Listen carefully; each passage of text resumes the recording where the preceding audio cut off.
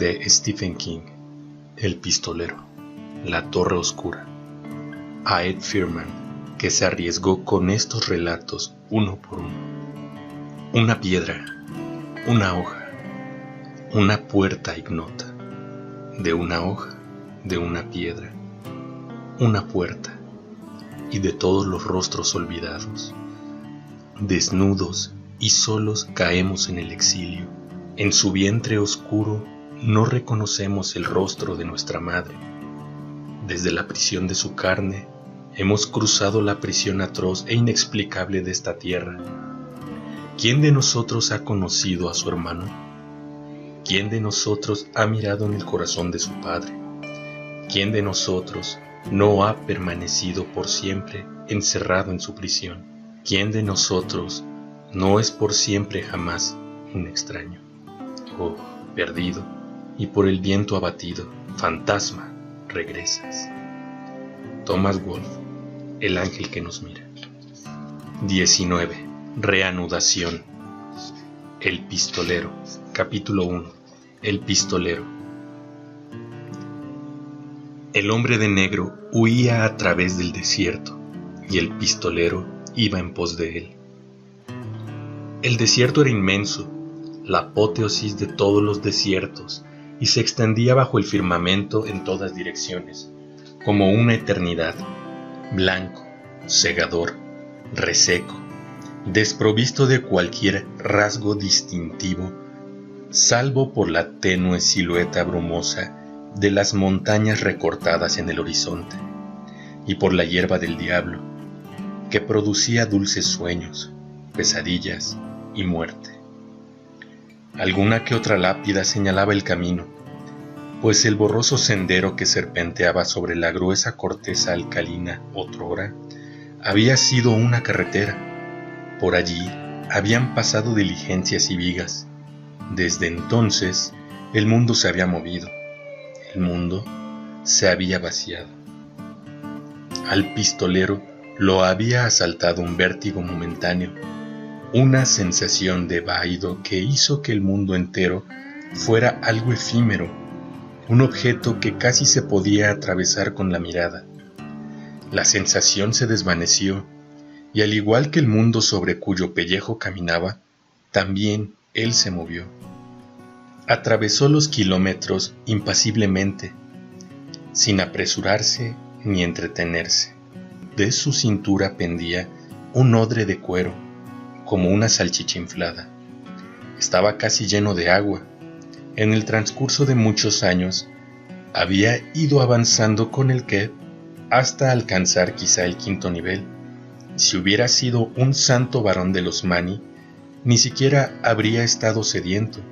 Habría podido observar la deshidratación de su cuerpo con un desapegado interés clínico, enviando el agua a sus resquicios y oscuros huecos internos, solo cuando su lógica se lo indicara.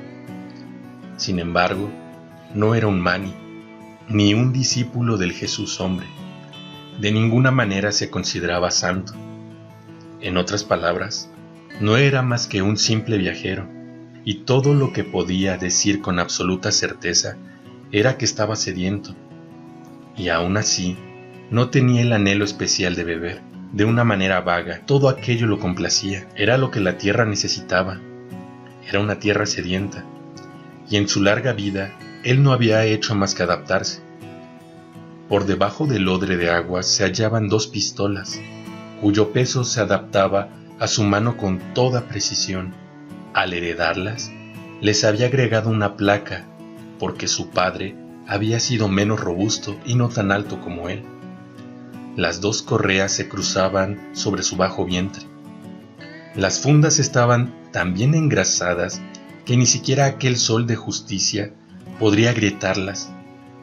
Las culatas de los revólveres eran de sándalo, amarillas y de una finísima textura. Las fundas iban sujetas a los muslos mediante cordones de cuero sin curtir, y oscilaban un poco con cada paso. Habían rozado los tejanos y adelgazado la tela en un par de arcos que casi parecían sonrisas. Las vainas de latón De los cartuchos embutidos en las canas centellaban y emitían destellos como un heliógrafo bajo el sol. Ahora había menos de ellas. El cuero crujía levemente.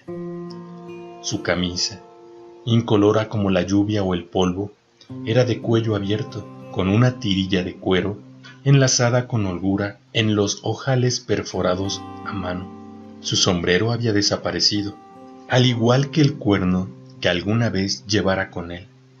Aquel cuerno había desaparecido años atrás. Lo había dejado caer la mano de un amigo moribundo, y los extrañaba a ambos. Superó la suave pendiente de una duna, aunque allí no había arena. El suelo del desierto era compacto, e incluso los duros vendavales que soplaban al caer la noche levantaban apenas una irritable polvareda, tan áspera como el polvo de fregar, y vio los pisoteados restos de una minúscula fogata en la vertiente umbría, allí donde el sol desaparecía primero. Aquellos signos que reafirmaban la posible humanidad del hombre de negro siempre le habían complacido. Sus labios se extendieron sobre los marcados y descamados restos de la cara, formando una sonrisa desagradable y dolorosa. Se puso en cuclillas. Había prendido la hierba del diablo, naturalmente. Era la única cosa que podía arder por aquellos parajes. Emitía una luz grasienta y mortecina, y se consumía lentamente. Los moradores de los confines le habían advertido que los diablos vivían incluso en las llamas. Aquellos, aunque utilizaban la hierba como combustible, evitaban mirar la luz. Decían que los diablos hipnotizaban y hacían señas, y finalmente atraían al que fijara su vista en la hoguera, y el siguiente hombre que fuera lo bastante incauto como para mirar al fuego, tal vez pudiera verte a ti. La hierba quemada estaba dispuesta en el ya familiar diseño ideográfico, y se deshizo en una gris carencia de significado bajo la mano del pistolero. Entre las cenizas no había nada más que un fragmento de tocino chamuscado, y lo ingirió con aire pensativo. Siempre era lo mismo. El pistolero llevaba ya 2 meses persiguiendo al hombre de negro a través del desierto, a través de aquella interminable desolación de purgatorio, monótona hasta la locura, y aún no había hallado más que los higiénicos y estériles ideogramas de las fogatas del hombre de negro. No había encontrado ni siquiera una lata, una botella o un odre de agua. El pistolero, en cambio, ya había dejado 4 de ellas tras de sí, que parecían mudas de serpiente. No había encontrado excrementos. Suponía que el hombre de negro los enterraba. Puede que las fogatas sean un mensaje escrito en letras mayores: no te acerques, compañero. O bien, el fin se aproxima. O quizá incluso, ven, atrápame. No le importaba lo que decían o dejaran de decir. No comprendía los mensajes, si de eso se trataban. Lo que le importaba era que aquellas cenizas estaban tan frías como todas las demás. Sabía que estaba más cerca, pero ignoraba por qué lo sabía. Una especie de hechizo, quizá. Tampoco eso le importaba. Continuaría avanzando hasta que algo cambiara, y si nada lo hacía, él continuaría de cualquier forma. Habrá agua si Dios quiere, como decían los antiguos. Habrá agua si Dios quiere, incluso en el desierto. El pistolero se puso de pie y frotó las manos. Ninguna otra pista. El viento, cortante como una cuchilla, habría borrado sin duda las escasas huellas que hubieran podido quedar en la dura corteza. No había ni un signo de dónde podrían estar enterrados los desechos o excrementos. Nada. Simplemente aquellas cenizas frías a lo largo de la antigua carretera que se dirigía al sudeste y el implacable telemetro que llevaba en la cabeza. Aunque, por supuesto, era algo más que eso. La atracción que ejercía el sudeste era más que un simple sentido de la orientación, incluso más que el magnetismo. Tomó asiento y se permitió un breve sorbo de odre. Pensó que el rápido vértigo que había experimentado por la mañana era sensación de haber sido casi arrancado del mundo, y se preguntó qué significaría. ¿Por qué ese mareo le habría hecho pensar en el Cuerno y en el último de sus viejos amigos, ambos perdidos hacía ya tanto tiempo en la colina de Jericó? Todavía conservaba las pistolas de su padre, y seguramente eran más importantes que los cuernos, incluso que los amigos. ¿Lo eran? La pregunta era extrañamente preocupante, pero como no parecía haber más respuesta que la obvia, la hizo a un lado, tal vez para reconsiderarla más tarde. Escrutó el desierto y alzó la mirada hacia el sol, que se deslizaba ya por el cuadrante más remoto del cielo, el cual, alarmantemente, no era el verdadero oeste. Se incorporó, sacó los guantes que llevaba sujetos bajo el cinturón y comenzó a arrancar manojos de la hierba del diablo para su propia hoguera y a depositarlos sobre las cenizas que había dejado el hombre de negro. Esta ironía, como el romanticismo que hallaba en la sed, le resultó amargamente atractiva. No utilizó el eslabón y el pedernal hasta que lo único que quedaba del día fue el fugitivo calor del suelo bajo sus pies y una sardónica línea naranja sobre el monocromo horizonte. Se sentó con la artilla desplegada sobre los muslos, observando pacientemente hacia el sudeste, en dirección a las montañas, no porque albergara la esperanza de divisar la línea de humo, fina y vertical, de una nueva fogata, sino sencillamente porque observar formaba parte de la persecución, algo que poseía cierta amarga satisfacción. «No encontrarás algo si no lo buscas, gusano», habría dicho Kurt. «Mantén abiertos esos ojos que los dioses te han dado. ¿Quieres?». Pero no vio nada. Estaba cerca, aunque solo relativamente, no tanto como para distinguir el humo en el crepúsculo o el parpadeo naranja de la fogata. Frotó el eslabón en el pedernal e hizo saltar chispas sobre la hierba seca y desmenuzada, mientras murmuraba las viejas y poderosas palabras sin sentido. La oscuridad enciende. ¿Quién es mi padre? ¿Me tendré? ¿Me quedaré? Bendice el campamento. Haz que el fuego brille. Era extraña la manera en que ciertas palabras y costumbres de la infancia caían al borde del camino y se dejaban atrás, en tanto que otras se mantienen firmes y te acompañan durante toda la vida, tornándose más pesadas a medida que pasa el tiempo. Se tendió contra el viento y dejando que el ensoñador humo soplara hacia el erial. El viento, salvo por algún movedizo diablo de polvo, permanecía constante. En lo alto, las estrellas, también constantes, no parpadeaban, soles y mundos a millones, vertiginosas constelaciones, fuego helado en todos los tonos primarios. Mientras miraba, el cielo cambió de violeta a un ébano. Un meteorito trazó un arco fugaz y espectacular por debajo de la vieja madre y se desvaneció. El fuego dibujaba extrañas sombras a medida que la hierba del diablo iba ardiendo, lentamente, y se asentaba en nuevos diseños, no ideogramas, sino entramados aleatorios vagamente amenazadores por su propio aplomo pragmático. El pistolero había dispuesto el combustible no de forma intencionada, sino funcional. Le hablaba de blancos y negros. Le hablaba de un hombre que podía componer malas imágenes en extraños cuartos de hotel. La fogata ardía con llamas lentas y constantes, y en su núcleo incandescente danzaban espectros. El pistolero no lo veía. Los dos diseños, arte y habilidad, se fundieron mientras dormía. Gimió la ventisca, una bruja con cáncer en la barriga.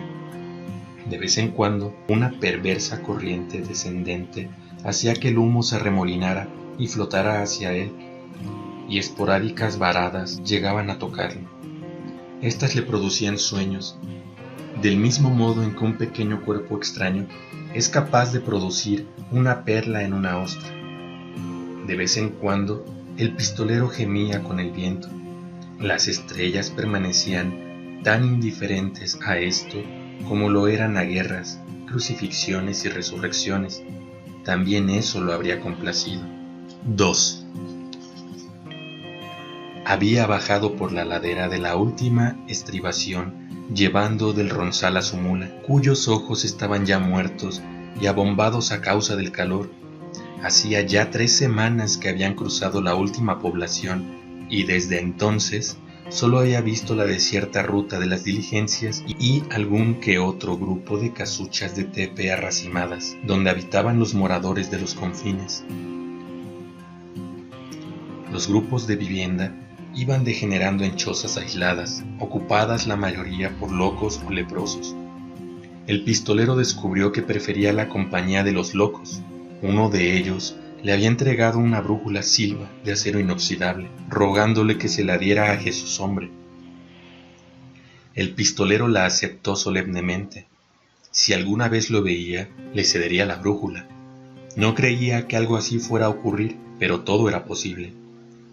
En una ocasión, había visto un tajín, un hombre con cabeza de cuervo, pero la cosa había huido soltando unos graznidos que podrían haber sido palabras, que incluso podrían haber sido maldiciones. 5 días habían transcurrido desde la última choza, y ya empezaba a sospechar que no encontraría ninguna otra cuando llegó a la cima de la última loma erosionada, y divisó la forma familiar de un bajo techo de tepe. El morador, un hombre de sorprendente juventud, con una desgreñada mata de pelo de color fresa que le llegaba casi a la cintura, estaba deshebrando una diminuta parcela de maíz con celoso abandono. La mula resolló asmáticamente y el morador alzó la vista, centrando al instante los brillantes ojos azules en la figura del pistolero. El morador no parecía estar armado, sin arcos ni vas a la vista del pistolero. Levantó ambas manos en un brusco saludo y se inclinó de nuevo sobre el maíz para formar un caballón en la hilera más cercana de su choza, encorvado, arrojando por encima del hombro la hierba del diablo y alguna que otra planta de maíz atrofiada. Su cabellera ondulaba y flotaba al viento, que en aquellos momentos provenía directamente del desierto, sin que nada lo contuviera. El pistolero descendió poco a poco por la ladera guiando a la mula, sobre la que se bamboleaban los odres de agua con un ruido de chapoteo. Se detuvo al borde de la pedregosa parcela, tomó un sorbo de uno de los odres para aumentar la salivación y escupió al árido suelo. Vida para su cosecha. Vida para la suya, respondió el morador, incorporándose, y se oyó cómo le crujía la espalda. Estudió al pistolero sin ningún temor. La poca cara visible, entre la barba y los cabellos, no parecía estar marcada por la putrefacción, y sus ojos, aunque un tanto salvajes, parecían cuerdos. Largos días y gratas noches, forastero, y que veas el doble. Improbable, respondió el morador, soltando una breve risita. Solo tengo maíz y judías, anunció. El maíz es gratis, pero tendrás que darme algo por las judías. Un hombre viene a traérmelas de vez en cuando, nunca se queda mucho tiempo.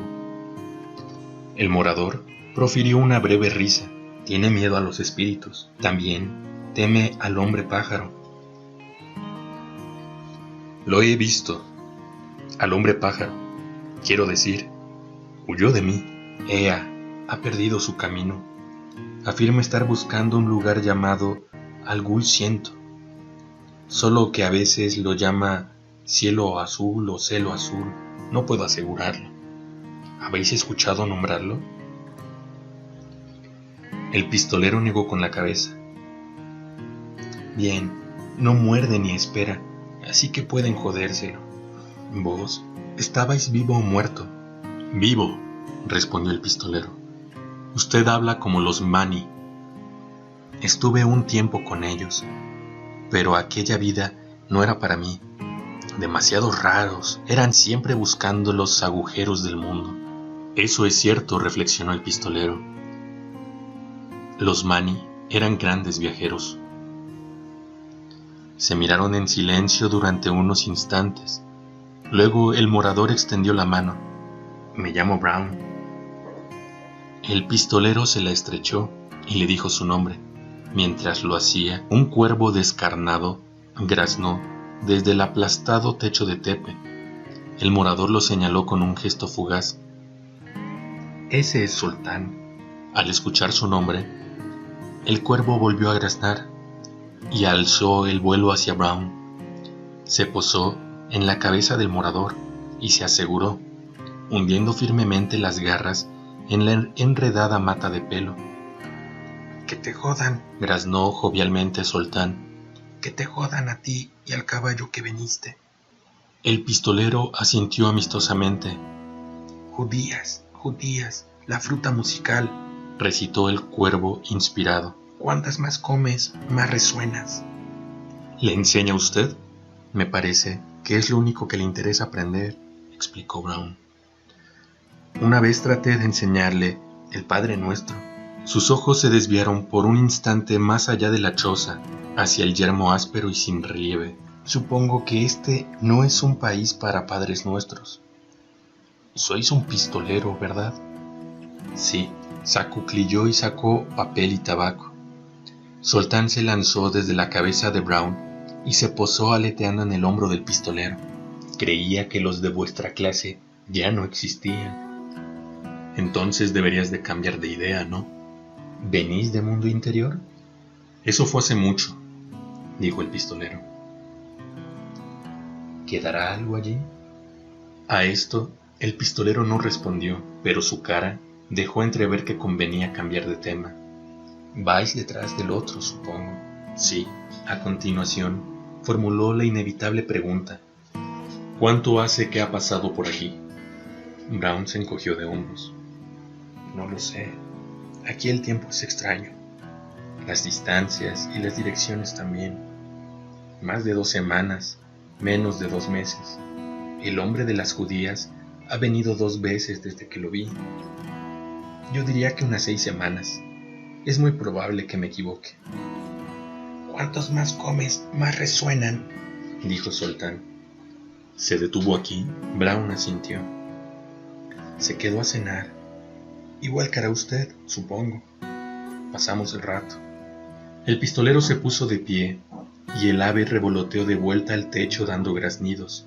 Sentía un anhelo peculiar y tembloroso. ¿De qué habló? Brown enarcó la ceja. No dijo gran cosa, que si llovía alguna vez, que cuando llegué aquí, que si había enterrado a mi esposa. Preguntó si ella era del pueblo Mani y le dije que sí, porque parecía saberlo de antemano. Yo llevé el peso de la conversación y no es lo corriente. Hubo una pausa y el único sonido fue el de la ventolera. Es un hechicero, ¿verdad? Entre otras cosas, Brown asintió lentamente. Lo sabía. Sacó un conejo de la manga destripado y listo para la olla. ¿Y usted lo es? ¿Un hechicero? Rió. Yo solo soy un hombre. Nunca lo atrapará. Lo atraparé. Se miraron el uno al otro y se estableció una súbita corriente de simpatía entre los 2 hombres. El morador en su parcela reseca y polvorienta, el pistolero en la dura ladera que descendía gradualmente hacia el desierto. Este último alargó la mano para coger el pedernal. «Tenga». Brown sacó una cerilla con cabeza de azufre y la encendió, frotándola con una uña sucia de tierra. El pistolero acercó la punta del pitillo a la llama y aspiró. «Gracias». «¿Querrá usted rellenar los pellejos?», apuntó el morador, dándose la vuelta. «La fuente está bajo el alero de atrás. Empezaré a hacer la cena». El pistolero avanzó cautelosamente entre las hileras de maíz y rodeó la parte de atrás de la vivienda. La fuente manaba al fondo de un pozo excavado a mano y revestido de piedras para impedir que se desplomaran las paredes de tierra. Mientras descendía por la destartalada escalera, el pistolero calculó que aquellas piedras fácilmente podrían representar 2 años de trabajo: acarrearlas, arrastrarlas, colocarlas.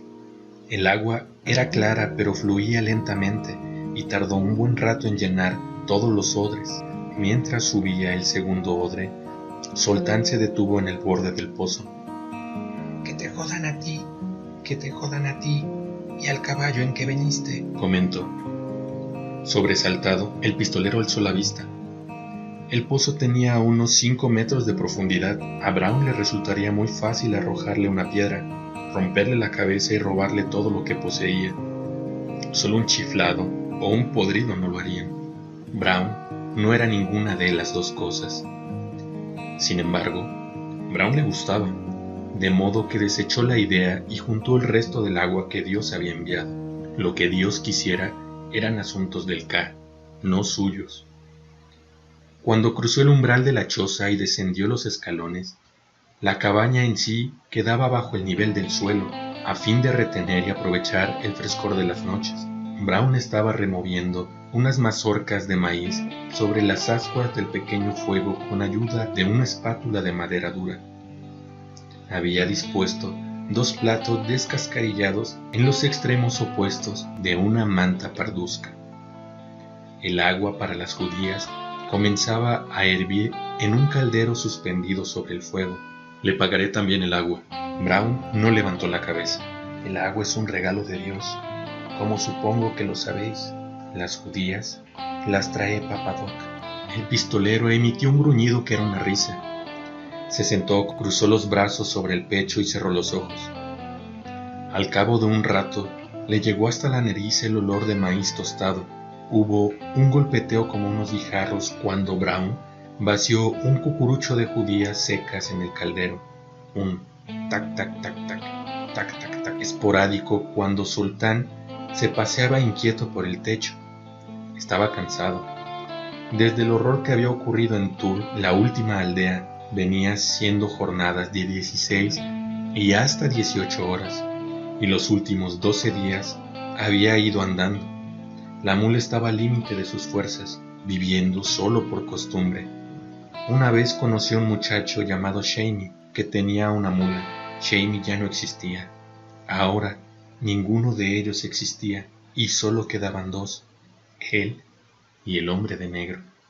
Había oído el rumor de otras tierras después de esta, tierras verdes en algún lugar llamado el Mundo Medio, pero era difícil de creer. Aquí mismo, las tierras verdes parecían la fantasía de un niño. 2 semanas, le había dicho Brown, o quizá tantas como 6, no importaba. En Toul había calendarios, y la gente se acordaba del hombre de negro por el viejo que había curado al pasar. Tan solo un viejo moribundo por culpa de la hierba, un viejo de 35 años. Y si Brown estaba en lo cierto, el hombre de negro había perdido terreno desde entonces. Pero a partir de ahí empezaba el desierto, y el desierto sería un infierno. Tac, tac, tac, tac. Préstame tus alas, pájaro. Las desplegaré y planearé sobre las corrientes térmicas. Se dispuso a soñar. 3. Brown lo despertó horas más tarde. Había oscurecido. La única luz era el apagado resplandor cereza de las brasas amontonadas. «Se ha muerto la mula», dijo Brown. «Ruego me disculpe, la cena está lista». «¿Cómo?». Brown se encogió de hombros. «Tostada en las brasas y hervida como si no. ¿Tiene manías?». «No, la mula». «Se ha tendido de lado y ya está. Parecía una mula vieja». Y con una nota de disculpa añadió: «Zoltán se ha comido los ojos». «Oh», como si no le sorprendiera. «Está bien». Cuando se acomodaron ante la manta que hacía las veces de mesa, Brown volvió a sorprenderle al pronunciar una breve bendición: «Lluvia, salud, expansión para el espíritu». «¿Cree en una vida futura?», preguntó el pistolero, mientras Brown dejó en su plato 3 mazorcas de maíz calientes. Brown asintió. Creo que es esta.